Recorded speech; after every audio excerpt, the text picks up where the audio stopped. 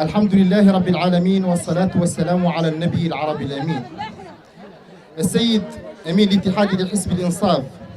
السادة أعضاء الهيئات الحزبية وقادة التشكيلات السياسية، أيها السادة والسيدات، السلام عليكم ورحمة الله تعالى وبركاته. يطيب لنا نحن مجموعة من أبناء هذا الوطن الحبيب بمختلف فئاته ومكوناته أن نعلن عن هذه الكتلة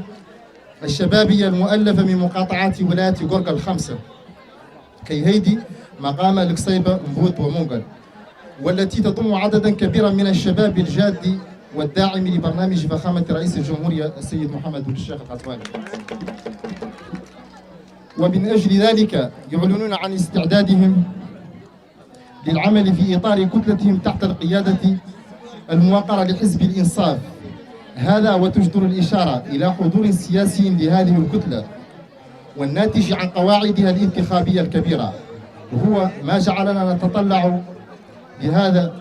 التعاون المشترك من أجل مصلحة الجميع. والهدف الأساسي هنا والذي لا يمكنني إلا أن نعبر عنه بصريح العبارة هو أن مصالح الشباب وتطلعاتهم للحضور السياسي كلها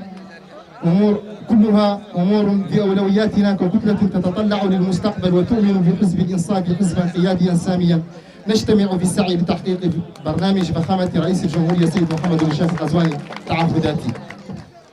ولا يمكنني في الختام قبل شمر القيادات السياسية في الولاية وكذلك السلطات الإدارية والمحلية، والسلام عليكم ورحمة الله تعالى وبركاته.